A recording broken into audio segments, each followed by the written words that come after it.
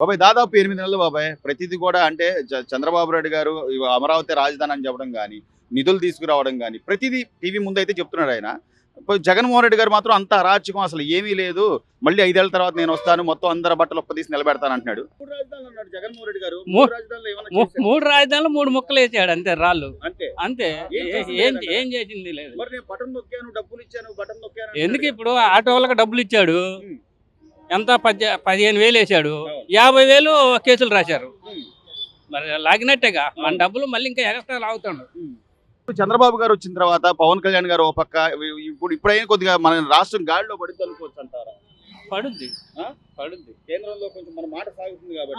అందుకనే కదా ఆ. వస్తానికి ఇప్పుడు తుళ్ళూరు కానీ వాళ్ళు 3 సంవత్సరాలు ఎంత బాధపడ్డారు, నరకం పడ్డరు, అవును. దెబ్బలు తిన్నారు.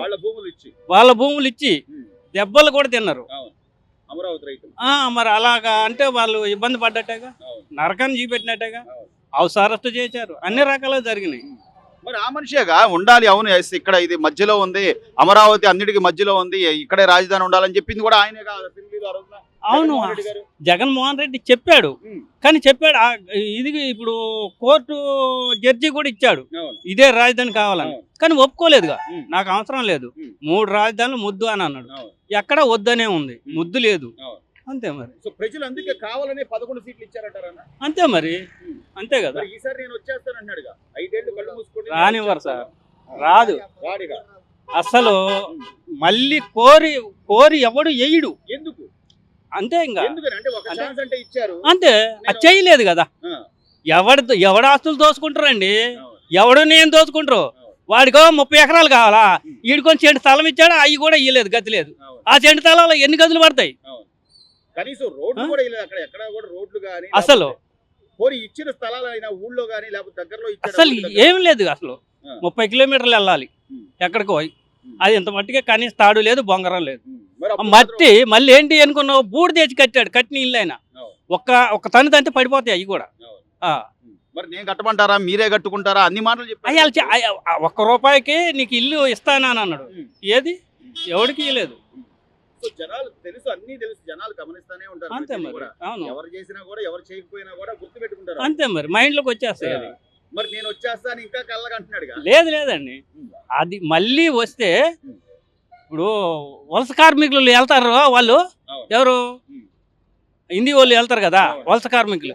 మన బీఆర్ వాళ్ళు, మనం కూడా ఈ వదిలేసి వెళ్ళిపోతాం, వదిలేస్తాం. ఇంకా దొరకదు తింటానికి కూడా. అప్పుడు ఏం చేస్తారు, ఎవడెవడ కొట్లో ఎక్కడెక్కడ డబ్బులు ఉన్నాయో దోచుకుంటానికి ఎగబడతారు. అంతే ఇక, అంతే ఇక. ఏం దొరుకుతాయి? తినడానికి దొరకదు. కనీసం తెలుసుకోగలుగుతున్నాడు. అది తెలుసుకోవాలి.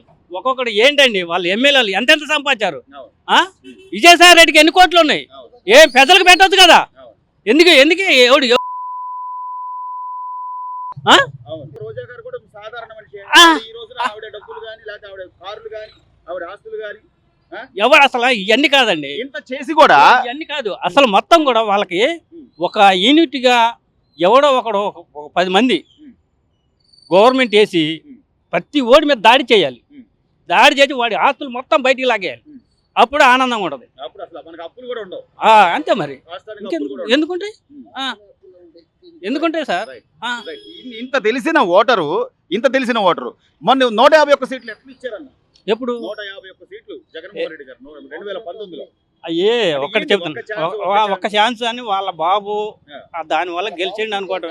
దాన్ని చూసి వేసినట్టు అంతే, ఆయన చూసి కాదు. ఇక మళ్ళీ చూడరు అసలు. ఇంకా మళ్ళీ రానియరని చెప్తాను కదా. దాదాపుగా 8 నెలల పరిపాలన చూస్తున్నాం. ఈ రోజున అమరావతిలో పనులు కానివ్వండి, లేకపోతే పోలవరం పనులని కానివ్వండి, కేంద్రం దగ్గర నుంచి నిధులు తీసుకొస్తున్న అంశం కానీ ప్రతిదీ చంద్రబాబు నాయుడు గారు ప్రెస్ మీట్ పెట్టి చెప్తున్నారు. ఈ తరహాలో గతంలో జగన్మోహన్ రెడ్డి గారు ఎప్పుడైనా ప్రెస్ మీట్ పెట్టి అడ్రస్ చేసింది ఏమైనా ఉందా? ఏ రోజు 5 సంవత్సరాలు ప్రెస్ మీట్ పెట్టలేదండి. అరాజక పాలన కొనసాగింది. ప్రజలు రోడ్డు మీద రావాలంటే భయపడే విధంగా తయారైంది. ఆ ప్రభుత్వం పోయి ఇలా ప్రజలు సుఖాలతో హాయిగా ఉంటున్నారు ప్రజలు. కానీ కేవలం అదేదో పథకాలని చెప్పి మాయ మాటలు చెప్పి అధికారంలోకి వచ్చారని పదే రోజా గారు కానీ లేదా పేరు నాని గారు కానీ అంబటి రాంబాబు గారు కానీ ఇదే కదా వాళ్ళు ఊదర కొడుతుంది. అసలు ఎవరు జరుగుతున్నాయి అంటారు? వాళ్ళు చెప్పింది ఊదర కొట్టడం వరకేనండి. ఈ సంక్షేమ పథకాలు సగం మందికి అందిని, సగం మందికి అందలేదు. ఓన్లీ సంక్షేమ పథకం ముసుగులో అరాజకాలు చేశారు, అభివృద్ధి లేకోకుండా. మెయిన్ అక్కడ యువతరం అనేది చాలా నష్టపోయింది. దీనివల్ల ఒక పరిశ్రమ రాలేదు, ఒక ఇది రాలేదు. ఈ సంక్షేమ ముసుగులో అరాచకాలు చేశారు బాగా. కనీసం కళ్ళ ముందు కనబడుతుంది కదా సార్. ఈ రోజున బడ్జెట్ అసెంబ్లీ బడ్జెట్ సమావేశాల్లో తిరిగి గతంలో మాదిరిగా మళ్ళీ ఎస్సీ ఎస్టీ అందరికీ కూడా ఎస్సీలకి ఎస్టీలకి మైనార్టీలకి కూడా వాళ్ళకి నిధులు కేటాయించిన పరిస్థితి. జగన్మోహన్ రెడ్డి గారి హయాంలో ఆ నిధులను కూడా తీసుకెళ్ళి నేను ఒకటి వేసాను లేకపోతే ఇంకోటి వేసాను అంటే ఇప్పుడు వాళ్ళ వర్గాలకు అనుగుణంగా ఈ సబ్సిడీలు కానీ లేకపోతే వాళ్ళకి కొంత ప్రభుత్వం నుంచి చేయూత ఇవ్వడం కానీ మంచిదేనంటారా కాదంటారా? మంచిదేనండి. ఉన్న పథకాలనే రద్దు చేసాడు 5 సంవత్సరాలు. ఇప్పుడు మళ్ళీ వాటిని తిరిగి గాలిలో పెట్టి ఆ విధంగా ప్రోత్సహించినందుకు బాగా ప్రభుత్వం పనిచేస్తుందని అనుకుంటున్నాను. రైట్. మొత్తం మీద సార్ అంటే ఇప్పుడు ఒక పక్క పోసాని కృష్ణమురళి లాంటి వాళ్ళు కానీ లేకపోతే అప్పట్లో అధికారం ఉంది కదా అని సిబిసిఐడి సునీల్ కుమార్ లాంటి వాళ్ళు కానీ వాళ్ళు ప్రవర్తించిన తీరికి తగిన శిక్ష పడుతున్నాయి అంటారా ఈరోజు? తగిన శిక్ష ఇంకా పడాలండి. ఇంకా పడాల్సిన వాళ్ళు చాలామంది ఉన్నారు. వాళ్ళకు కూడా పడితే కానీ ప్రజలు ఆనందించరు. ఓన్లీ అభివృద్ధి సంక్షేమం గురించి గవర్నమెంట్ ఓట్లు వేయలేదు. వీటన్నింటినీ అరికట్టాలనే ఉద్దేశంతోనే ప్రజలందరూ పూనుకొని సీక్రెట్గా ఓటింగ్ చేశారు, బయటికి రాకుండా. ఇవాళ పెడతారండి. ఆ రోజు ఏమైందండి, ఆ గగ్గోలు తిట్టిన రోజున ఇంట్లో ఆడవాళ్ళని పిల్లల్ని అందరిని తిట్టిన రోజున ఏమైపోయింది ఈ గగ్గోలు. రాజకీయం అంటే రాజకీయ పరంగా విమర్శించండి, ఒక పాలసీ మీద విమర్శించండి, అది పద్ధతిగా ఉంటుంది. అంతేగాని ఇంట్లో ఆడవాళ్ళకి ఏం సంబంధం అండి? రాజకీయం లేని ఆడవాళ్ళని తీసుకొచ్చి పిల్లల్ని తీసుకొచ్చి ఇష్టానుసారంగా బూతులు తిట్టి ఇది చేస్తే వాళ్ళు అనుభవించడం తప్పదు, అనుభవించాల్సింది. త్రిపులార్ లాంటి వాళ్ళని కూడా 3rd డిగ్రీ ఆయన కాళ్ళు ఆ రోజు చూసాము, అందరం చూసామండి. ఆయనకి న్యాయం జరుగుతున్నందుకు చాలా సంతోషంగా ఉంది.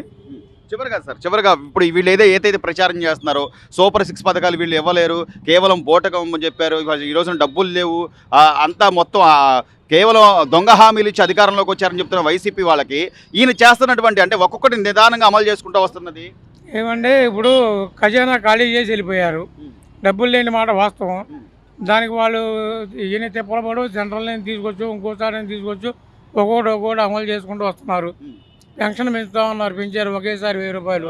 పోయినసారి పెన్షన్ 1000 రూపాయలు పెంచుతా ఉన్నారు, 5 సంవత్సరాలు పట్టింది. 250 లెక్క 5 సంవత్సరాలు పట్టింది. ఇంకా ఈయన చెప్పే దొంగ మాట ప్రజలు నమ్మే పరిస్థితుల్లో లేరు. ఇవాళ గ్యాస్ ఆల్రెడీ గ్యాస్ సిలిండర్లు ఇస్తున్నారు. ఇంకా ఒక్కొక్కటి రేపు మే నెలలో తల్లికి వందనం కూడా అమలు చేస్తామని చెప్పి నిన్న రైతు భరోసా కూడా ఇస్తామని చెప్పి నిన్న అసెంబ్లీ సాక్షిగా బడ్జెట్ సమావేశాల్లో ప్రవేశపెట్టారు. ఇవన్నీ ఆహ్వానించదగ్గ పరిణామాలే. అంటే జనాలు వైసీపీ మాటలు ఇంకా నమ్మే పరిస్థితి లేదంటే మళ్ళీ తిరిగి ఆయన అధికారంలో వస్తారని జనాలు మర్చిపోయారు. ఇవన్నీ పగటికళ్ళ గంటమేనండి. ఇవన్నీ పగటికళ్ళ గంట. ఎవరి బట్టలు తీసి నిలబెడతారు? వాళ్ళ బట్టలు వాళ్ళు తీసుకుని జనం చూడలేక వచ్చారు. ఇంకెవరి బట్టలు తీసి నిలబెడతారు వీళ్ళు. ఇంకా బుద్ధి రాలేదండి. ఈసారి ఒకటి వస్తుంది. ఆయన కూడా అక్కడ గెలవడు ఈసారి. అదండి మరి. జనాలు అయితే తెలివిగానే ఉన్నారు. వీళ్ళ కళ్ళబొల్లి మాటలు నమ్మి ఇంకా ప్రజలు మోసపోవడానికి సిద్ధంగా లేరు. ఇంకా